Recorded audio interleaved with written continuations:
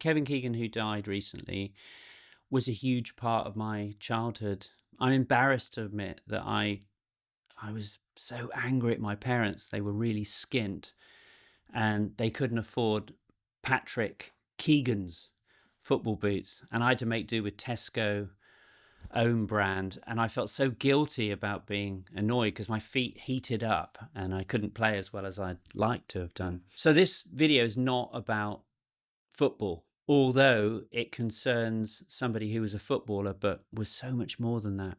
They existed in an era before commercialization, before PRs, before management, before things got cynical. Do you think it's a better time? Yeah, in some ways. I mean, obviously, in some ways it was horrendous. But I was there. You know, there were only 3 channels on TV. And on one of the channels was this program called Superstars. Kevin was, I guess, apart from Brian Jacks, who was a judo player who won it a lot, Kevin was a superstar back then. He had a perm, and it meant that everybody had perms. You know, anyone who had Yeah. that kind of hair that was straight was, you know, I always wanted straight hair, but then, you know, I had curly Yeah, hair. you had the natural perm. I did, and he made it okay. You know, just as Larry David made it okay to be bald, Kevin made it okay to have curly hair. It's similar to when David Beckham got his buzz cut, and then a ton of people had buzz cuts. Yeah, he was the David Beckham of his day, except without the narcissism. Sorry, David, and the self-regard. Well, maybe not vanity. Maybe narcissism. Yeah, maybe vanity is a better Okay. word. I mean, Kevin clearly cared about the way he looked, but my small interaction, my small shoot with him showed me that he was inclusive before inclusivity even became a thing. I got commissioned by Elmwood, which is a design company, to photograph the people at the Football Association for their company report. It was a yearly gig. It was quite a good gig 'cause it's quite high profile, and you know, not people who watch our channel aren't that keen on football, but the general public, you know, everyone knows who the Football Association is. And I was there. The following year, I did Sven Goran Eriksson, and I was there. I photographed the FA Cup and all these people that worked in the organisation. And interestingly, I can't find any pictures of Kevin. And you were there to shoot Kevin. I was there to shoot Kevin and also cover other stuff. But he kind of ducked out of the shoot. If I can find the pictures, I'll include them. I'm sure I've got some. What, can you see him hiding? And No, he basically wanted to entertain. He was like David Brent kind of thing, not in a good way. I mean, he was interested in everybody. So my assistant on the day, my second assistant, was Seamus, who's my friend, and also my agent, who came along because we were one pair of hands light. And Seamus isn't into football or coordinated particularly. He's not into sport or whatever. And Kevin was just wanting everybody to do heading tennis. And there's a really good clip of Tony Blair, who I saw. You can check out our Tony Blair video. And it was back in the 90s. And it was an amazing PR stunt from Blair because, you know, Blair obviously had these qualities that led you to believe that he was this extraordinary leader. And he did have that.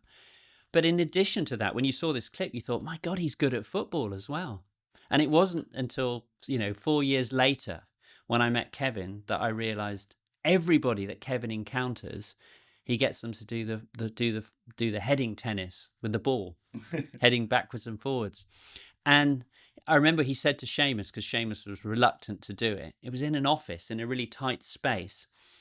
And he said to Seamus, don't worry, you know, I work with disabled kids and, you know, they can do it. And, you know, he was, as I said, inclusive before it was a thing. You know, he wanted everybody to get involved and everybody had a go. Me, Seamus, my other assistant, the woman from the FA. And we were all given a headed letterhead with, this is to certify that Harry did this number of headers, and signed by Kevin Keegan. It's very sweet. Yeah.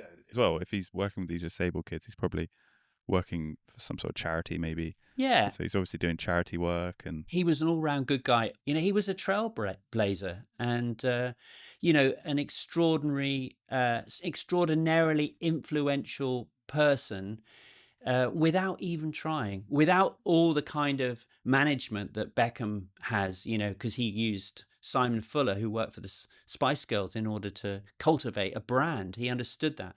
Kevin didn't really, I don't know how involved he was in concocting this kind of intoxicating mixture of that people loved. People loved him. This morning, I spoke to Seamus, and he reminded me that Kevin, because his header was so lame, Kevin sort of stooped and banged his head on a flat screen television.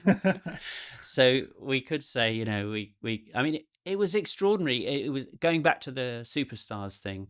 What doesn't happen now is that these footballers, they're commodities, they're really valuable assets, and they're not going to be going around a cycle track. So when he was on Superstars, he basically was in this bike race, and he fell off his bike and he got badly injured. And to his credit, he got back on the bike and finished the race. Can you imagine a Premier League Haaland, being allowed to do something like that? And similarly, going forward, a couple of decades, the England football manager, sort of in a cramped office environment, doing headers, and the ball's going everywhere. It's knocking over cups of coffee, and worse still, he's sort of banging his head against in order to retrieve a ball that my Seamus has managed to sort of badly header. He sort of almost banged his head on the flat screen TV. Yeah. So that's an example of how things have changed. But also, there's your thumbnail. Yeah, wicked.